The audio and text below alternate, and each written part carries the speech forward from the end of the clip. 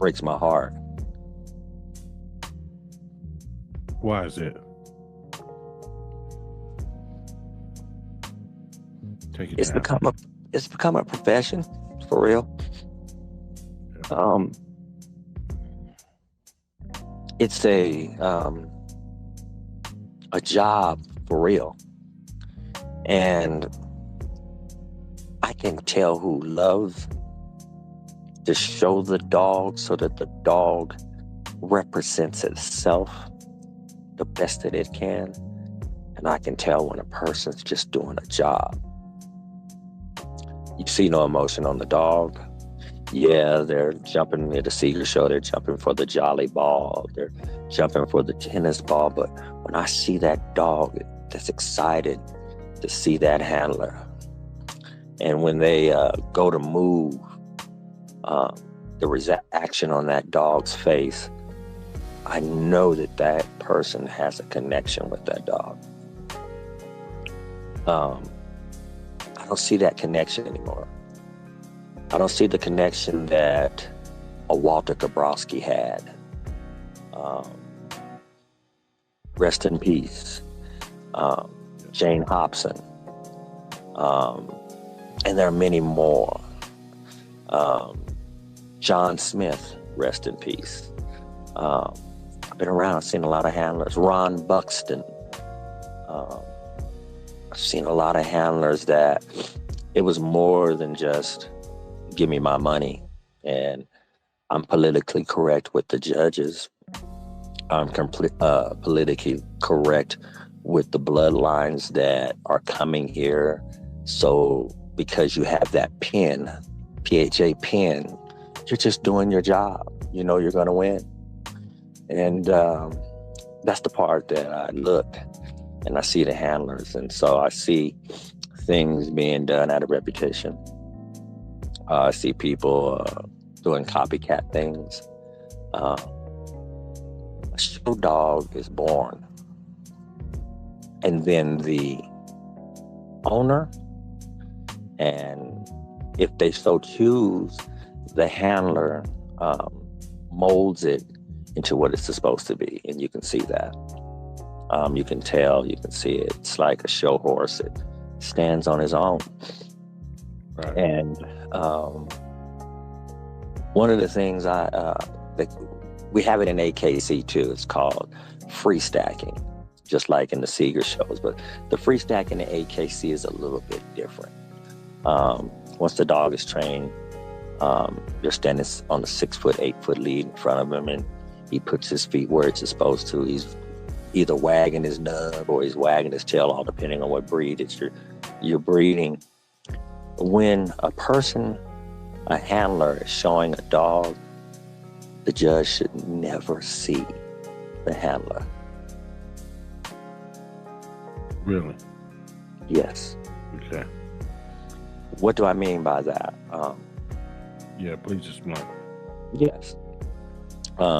It's called show dog, not show handler. The good handlers, Good point.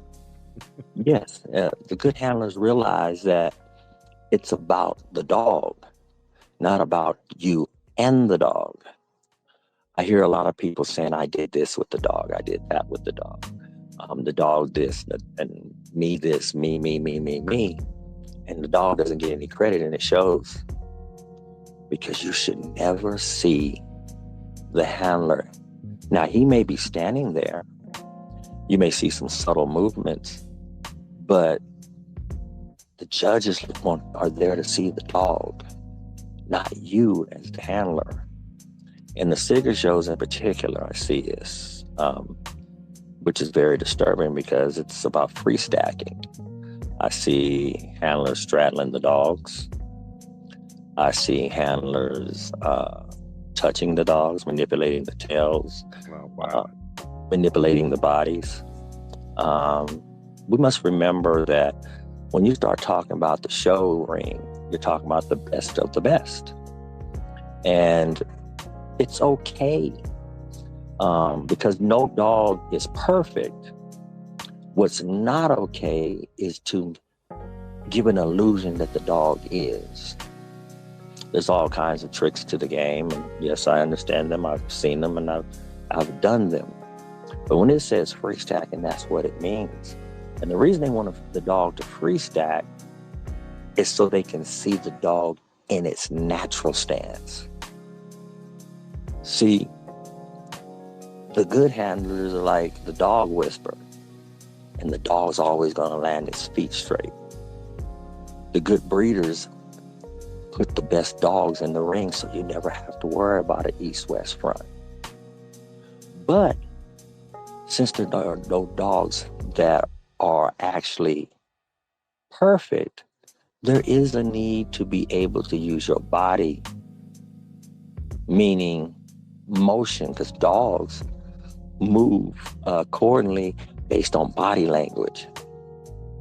I can move my shoulder and make a dog move his right leg and never touch him in the front. Wow. I can make him move his rear. I bow my head.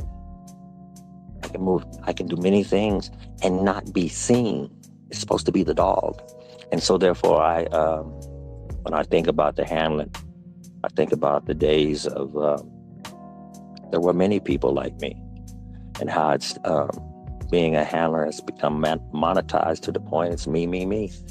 And that's what's sad about it, because you see robots in the ring.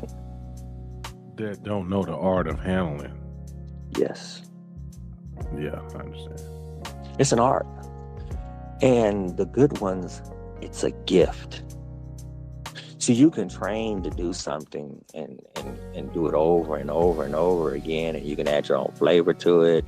You can add your own style to it, but the good ones have a gift, and the dog responds to it. They are not doing it because it looks like they're forced to do it. There's never no need when I show at a Seeger show. Most people see me show like the old ways that the Germans do. And some people think that they're not doing their work. You know, you'll see a man standing there with his hand on his hip, and the dog is just standing there, and the judge is critiquing the dog. That's handling. Understanding what you're there for. If it's a Seeger show and it says free stacking, that's exactly what it means. You shouldn't be touching the dog and manipulating the dog in no way.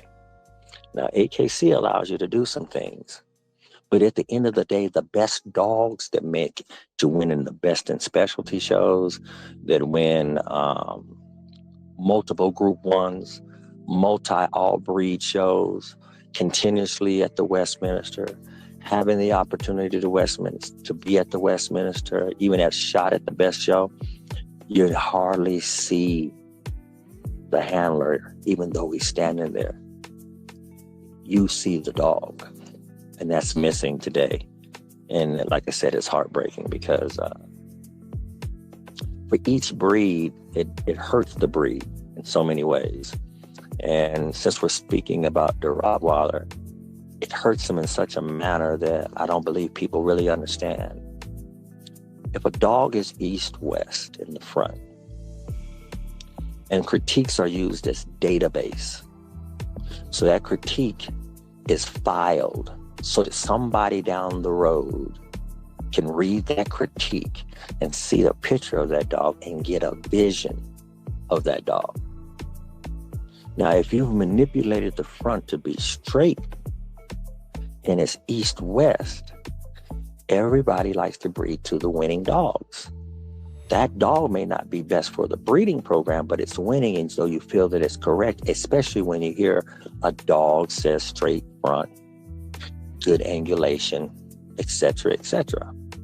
So now you've got these 10, 15 critiques with these trophies and these titles. Here comes somebody who breeds based on those critiques, and they're looking for dogs with straight fronts.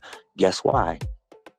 Their female is slightly east-west in the front, and they may like a lot of males, but they know they have to have a straight front. So they breed to this dog on the false pretenses that he's straight in the front. Yeah, guess what you get with the puppies? East-west fronts.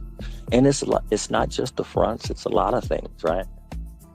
Rear angulation, people placing the hocks on their feet pulling back on the lead so that it makes the dog almost squat in appearance. So it gets more angulation in the rear. Coming up to the front, almost choking the dog up to lift him off the ground, as though you're doing a puppy evaluation. See, like a puppy evaluation, you stick your hand underneath the chest and you lift him up and you let him place his feet down so you can see where he places his feet. You do the same with the rear, where they're doing it with adult dogs. And you know why they're doing it? It's because they know that there's a problem. See, it doesn't matter if you're are just out of alignment.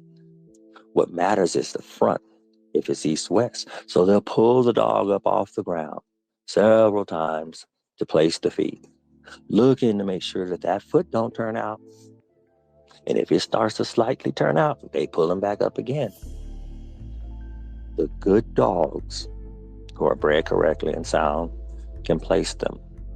And the great handlers can manipulate the lead from a distance, like riding a horse.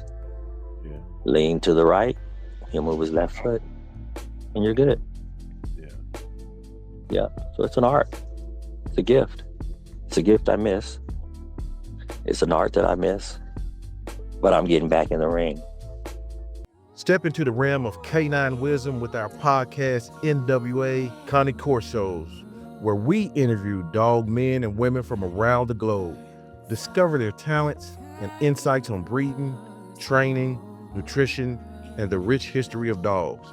Tune in to the most underrated yet influential dog podcast on social media. Your journey into the dog world starts here.